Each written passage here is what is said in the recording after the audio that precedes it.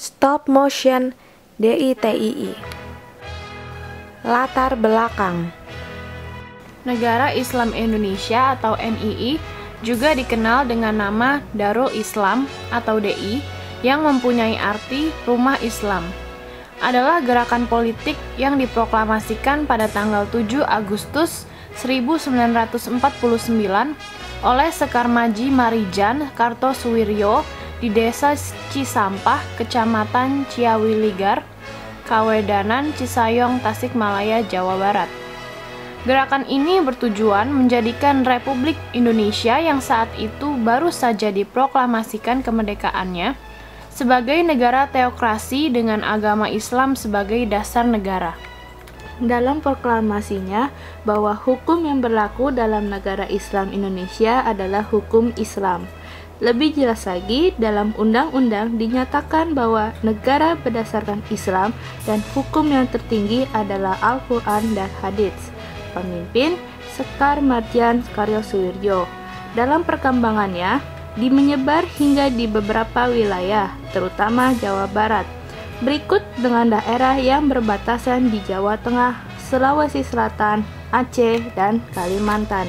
Gerakan ini terpecah, namun tetap eksis secara diam-diam, meskipun dianggap sebagai organisasi ilegal oleh pemerintah Indonesia. Jawa Barat. Pemberontakan DITII di Jawa Barat diawali dengan ditandatangani Persetujuan Renville pada tanggal 17 Januari 1948. Hal ini menyebabkan pemerintah Republik Indonesia harus mengakui kedaulatan Belanda atas wilayah-wilayah yang dikuasainya sampai terbentuk Republik Indonesia Serikat, dan juga seluruh pasukan gerilya harus ditarik keluar batas garis demokrasi Valmuk dan keluar dari wilayah-wilayah yang dikuasai Belanda dari Jawa Barat ke Jawa Tengah. Pasukan dari Jawa Barat harus pergi ke Jawa Tengah. Ayo, semua pasukan harus keluar dari garis Valmuk. Pasukan dari Jawa Barat harus pergi ke Jawa Tengah. Tetapi Sekar Marijan Kartosuwiryo menolak dan ia tidak mengakui keberadaan Republik Indonesia.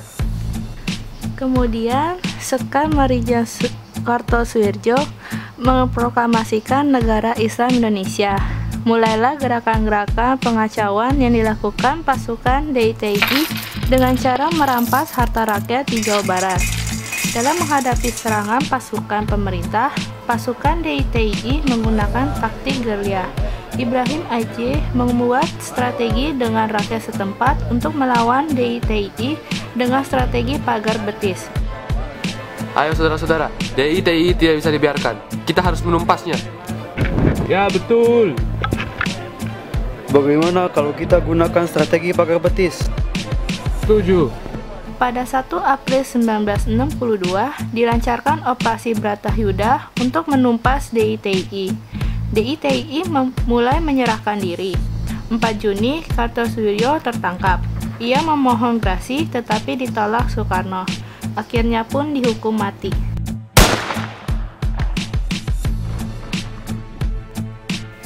Jawa Tengah.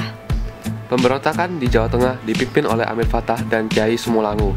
Inti kekuatan adalah pasukan Hizbullah dan dibentuk di Tegal tahun 1946. Pada saat terjadi agresi militer kedua, Amir Fattah bekerja sama dengan TNI.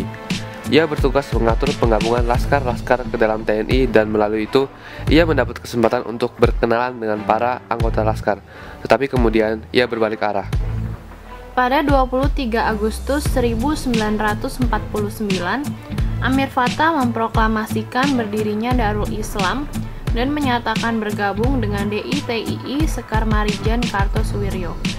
Pasukannya dinamakan Tentara Islam Indonesia dan disebut Batalion Syarif Hidayat Upijaya Kusuma. Merdeka!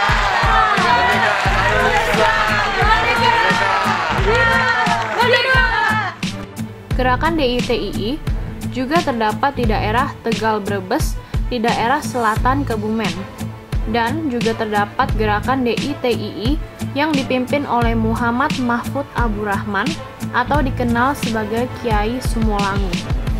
Dilumpuhkan oleh TNI tahun 1954 dengan operasi militer yang disebut Operasi Gerakan Banteng Nasional. Sulawesi Selatan. Berawal di Makassar, Sulawesi Selatan, tepatnya pada tanggal 7 Agustus 1953. Pemberontakan tersebut dipimpin oleh Kahar Muzakar. Ia memproklamasikan daerah Sulawesi Selatan menjadi bagian dari DITII Kartosuwiryo. Kahar Muzakar merupakan Komandan Tentara Republik Indonesia Persiapan Resimen Hasanuddin yang beranggotakan pemuda Sulawesi yang ada di Pulau Jawa. Pada tahun 1946, ia membentuk Batalion Kemajuan Indonesia. Pada tahun 1946 itu, ia dipanggil oleh Andi Matalata dan Saleh Lahade di Bandung untuk berunding. Ketiganya setuju untuk membentuk Tentara Republik Indonesia Persiapan Sulawesi. Apakah kalian setuju jika kita membuat Tentara Republik Indonesia Persiapan Sulawesi? Setuju! Berawal dari ditolaknya tuntutan Kahar Muzakar oleh pemerintah pusat agar seluruh anggota Kesatuan Gerilya Sulawesi Selatan atau KGSS dimasukkan ke dalam satu brigade yang disebut Brigade Hasanuddin. Dan ia sendiri yang menjadi Komandan Brigade Hasanuddin di Sulawesi Selatan. Kahar Muzakar beserta pengikutnya melarikan diri pada saat pelantikan sebagai pejabat wakil Panglima Tentara dan Teritorium 7. Kahar Muzakar beserta para pengikutnya melarikan diri ke hutan dengan membawa persenjataan lengkap dan mengadakan pengacauan. Kahar Muzakar mengubah nama pasukannya menjadi Tentara Islam Indonesia dan menyatakan sebagai bagian dari DITII yang dipimpin oleh Kartosuwiryo pada tanggal 7 Agustus 1953. Pada tanggal 3 Februari 1965, melalui operasi Tumpas, Kahar Muzakar dinyatakan tertembak mati dalam pertempuran antara pasukan TNI dari Satuan Siliwangi 330 dan anggota pengawal Kahar Muzakar di Lasolo. Akhirnya, Tentara Islam Indonesia yang dipimpin oleh Kahar Muzakar tumpas pada saat itu. Aceh. Pemberontakan DITI di Aceh dipimpin oleh Daud Berh, seorang ulama terkenal. Setelah proklamasi kemerdekaan, terjadi pertempuran antara kaum alim ulama berhadapan dengan para kaum bangsawan yang disebut Ulebal. Agar tidak terjadi perang saudara, Aceh dibuat setingkat dengan provinsi, dan Daud menjadi gubernur oleh pemerintah RI. Namun, pada tahun 1950, daerah istimewa Aceh diturunkan menjadi Karesidenan dalam provinsi Sumatera Utara, dan menyebabkan kekecewaan yang mendalam pada rakyat Aceh. Pada 21 September 1953, Daud Berh mengeluarkan maklumat yang menyatakan Aceh menjadi bagian dari NII dan memengaruhi rakyat Aceh dengan propaganda yang memburuk-burukkan pemerintah Republik Indonesia di Jakarta. Karena itu, pemerintah Republik Indonesia terpaksa melaksanakan operasi militer untuk menumpas pemberontakan DITI. Pada 17 sampai 28 Desember 1962, Kolonel Jansin mengadakan musyawarah pengukuran rakyat Aceh yang membicarakan berbagai permasalahan dan kesalahpahaman yang terjadi, dan akhirnya tercapai kesepakatan bersama dan pemberontakan dapat diselesaikan dengan baik.